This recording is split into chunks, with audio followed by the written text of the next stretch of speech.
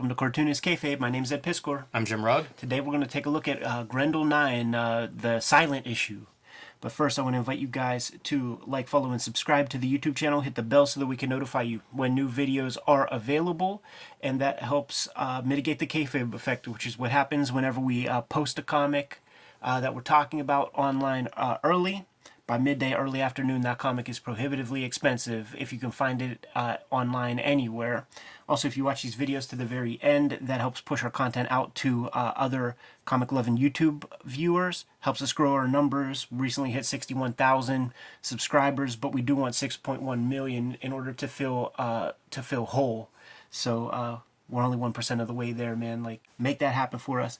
Jimmy, let's crack this sucker open, dude. Grendel number 9. This is actually the first Grendel comic I grabbed, and probably the first silent issue that of a comic that I ever. This would be a weird one to start on. I don't know how early that would have been, but I imagine pretty early for you. So like to grab a wordless comic early on must have been strange. Yeah, it was not the motivation. The motivation was I keep hearing about this Grendel in Wizard magazine.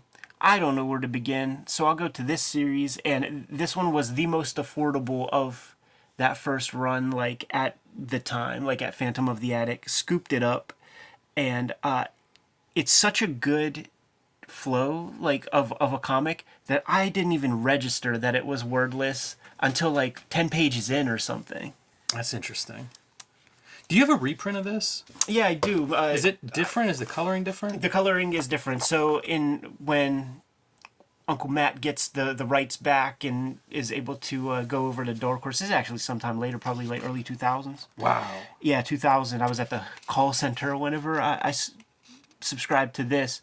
The Kamiko stuff got reprinted under different labels and stuff. So the first 12-issue piece, Devil's Legacy, with the Christine Spar story, was reprinted on a monthly basis with fresh computer color. So here's your example. Yeah, that is quite a dramatic difference. Yeah, and of course this is the superior, so that's what we're going to take a look at. Upon revisiting this issue, I couldn't help but think of Peter Chung, man. Like, this feels like the world of AEON FLUX to me, man.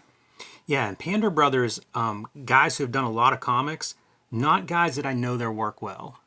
Doing the visuals on this. Yeah. Matt Wagner on the writing part. Yeah, this art style feels just so of that time in those 80s.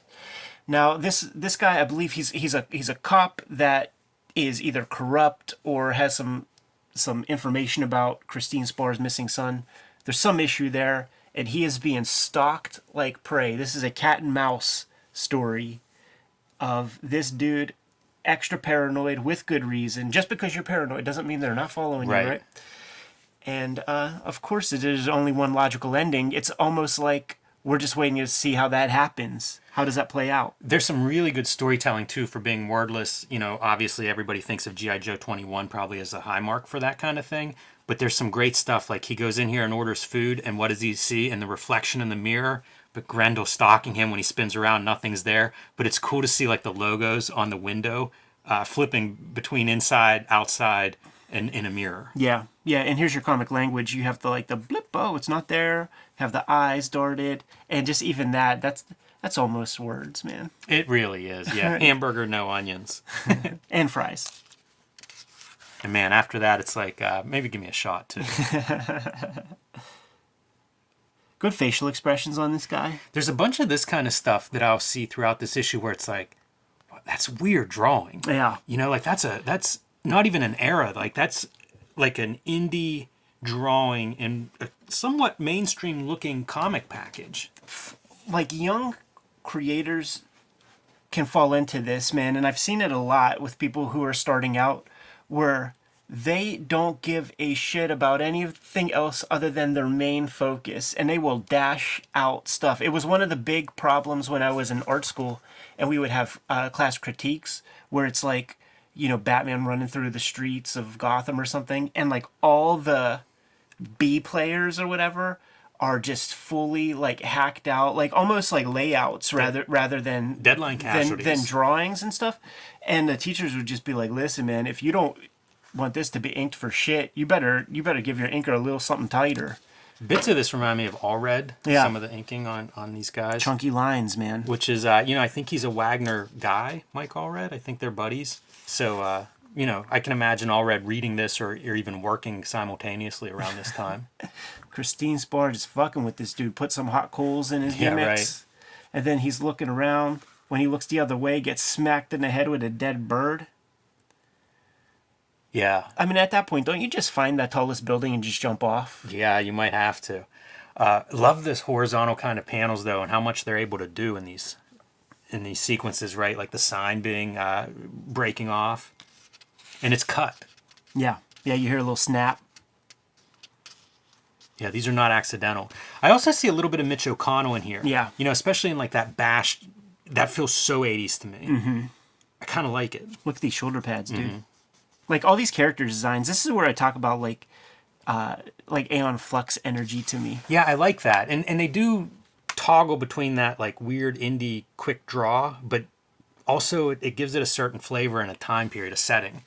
This is one of the more confusing page sequences to me, although I'm able to follow it, but some of it doesn't read great. Like he's inside the cab whenever it's flipping over and rolling, and I think that some of the exterior shots there are... I didn't realize he was in the cab my first pass. Right. Pretty neat, though. A lot of these are set up as two-page spreads. I think of that as a Matt Wagner thing.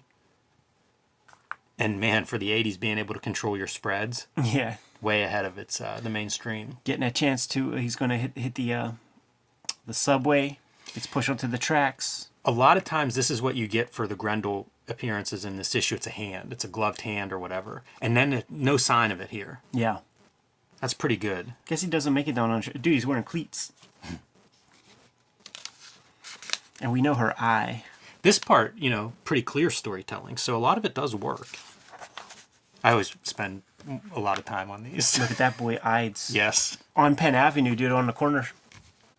That list is not in alphabetical order. It's really bizarre. I spent extra time just trying to find Pennsylvania.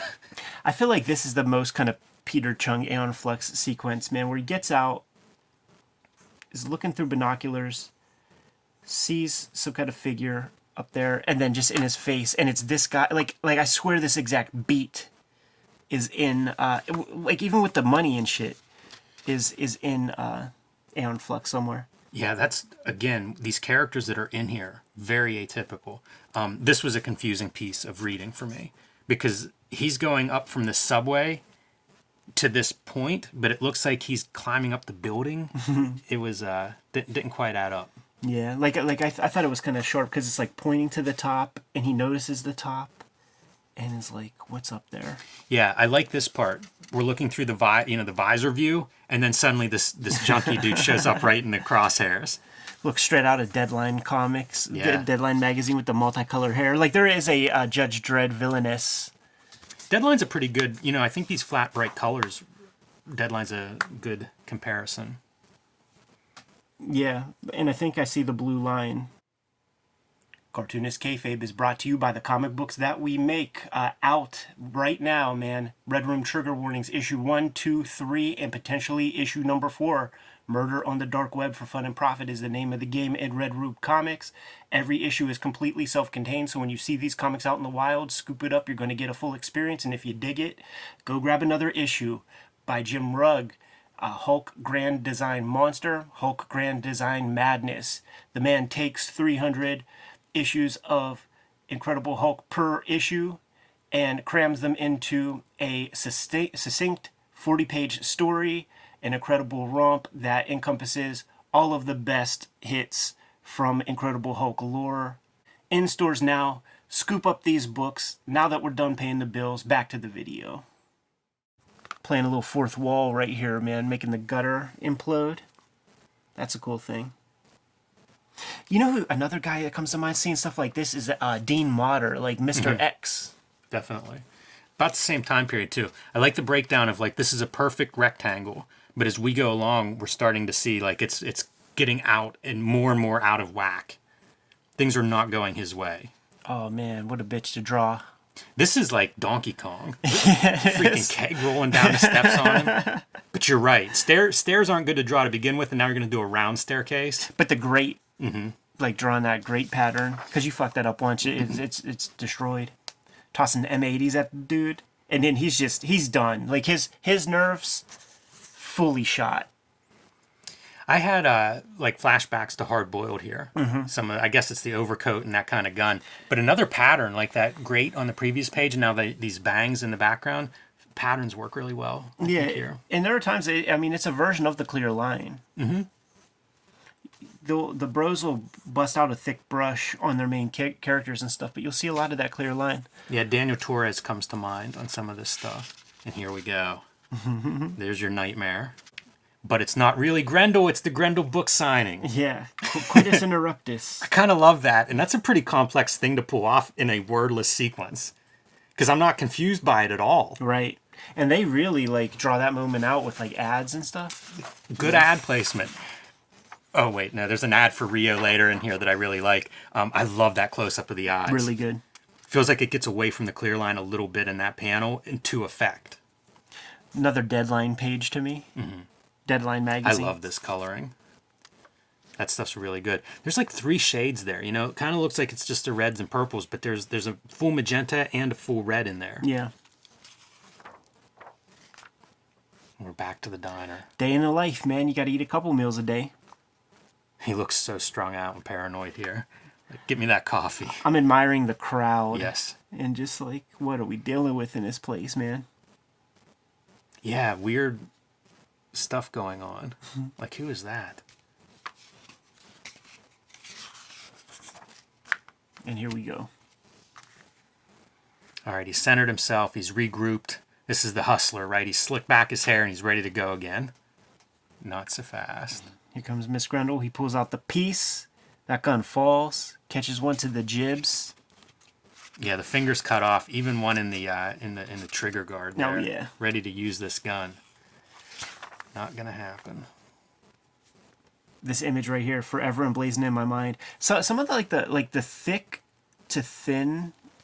When Jeff Darrow does that, like a close up of Nixon or somebody, there will be like a thick and thin. So like when you isolate a mark amongst like the smaller marks, like there's a hard boiled piece to it. Yeah, the shoe reminds me of Hard Boiled here. That leg, like the pants.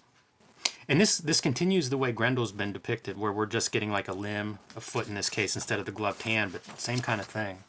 And there she is, dude, just like a cat and mouse. After the game is over, got to complete the mission. It's cool, the letters page. You get letter writer from England right off the bat. Diana Schutt's the other talent probably worth mentioning on this book as editor, who's had a long career in comics, obviously. But somebody who comes from Kimiko is early on in her career. Immediately went off and made a couple of my own wordless comics after this, dude. Really? Just focusing on pure storytelling, pure visuals. That seems impossible. Was that the hardest thing ever? I wasn't the littlest kid when I got this. Oh, okay. I was like, I got this at a comic shop. I was 12 or something. Right. Yeah. Pretty sophisticated in your comics making by then. Of course, that Rio ad, man. That's the ad I'm talking about. I love this. Did somebody say draw? Because, of course, Doug Wildey, a guy who I think of as one of these great artists. And in some of those Westerns that we looked at with the coverless comics. Oh, yeah. So a long history of that. But also working at Kimiko at this time doing some of the Johnny Quest. Yeah, the Johnny Quest classics. He was drawing those. It's like a 3-issue miniseries, I guess, but he draws all of those, which is pretty cool. You know, spin-off of the regular Johnny Quest comics. Even that Panda Bros signature feels like 1980s, Totally. like Style Wars graffiti burner. Yeah. A lot of style in this. Yeah. You know, it does look like an atypical style at the time in comics, and I think that's by design. I think that's part of Wagner's eye, you know, finding these guys that were bringing something different to the table. There goes that putting that air compressor marker gimmick to use, spraying markers, spraying Copics all over your board. Yeah, now that you say it, I see it in a lot of It's places. fun, man. Super cool. Anyhow, man, not the last wordless comic we're going to take a look at. And I think there's still, even in spite of all of Netflix's woes and troubles, I think there still is a Grendel live action show on the horizon. Probably won't be the last Grendel comic we look at either. Probably not even the last issue from this series. Yeah. There's some real gems in that series, as well as subsequent Grendel issues. That's goddamn right, man. You good to go? I am. Kayfabers, like, follow, subscribe to the YouTube channel, hit the bell. We'll notify you when new vids are available. What's out there, Jimmy? Hulk Grand Design Monster and Hulk Grand Design Madness are in comic shops everywhere right now while supplies last. It's my retelling of the 60-year history of the Hulk. I'm writing, penciling, coloring, everything me. So pick that up while you can and join me on patreon.com/JimRugg to see more of my comics art. Red Room trigger warnings, issue 1, 2, and 3 are on the stands as we speak. Murder on the dark web for fun and profit is the name of the game in Red Room Comics. Every issue completely self-contained, so if you see an issue, give it a sample, give it a read. If you dig it, grab another. These comics are banned in 28 countries, banned in 10 comic shops, but you can get your hands on them at my link tree in the description below this video, where you can order and pre-order comics directly from Fantagraphics, or hit up my Patreon and read the archive. I have more than 200 pages up there as we speak. Put new pages up every Tuesday, and it just costs $3 a month. What else do we have out there, Jim? Subscribe to the Cartoonist Kayfabe e-newsletter at the links below this video. You can also find Cartoonist Kayfabe t-shirts and merchandise at the links below this video. That's another great way to support the Cartoonist Kayfabe channel. Jim, given those marching orders, we'll be on our way. Read more comics.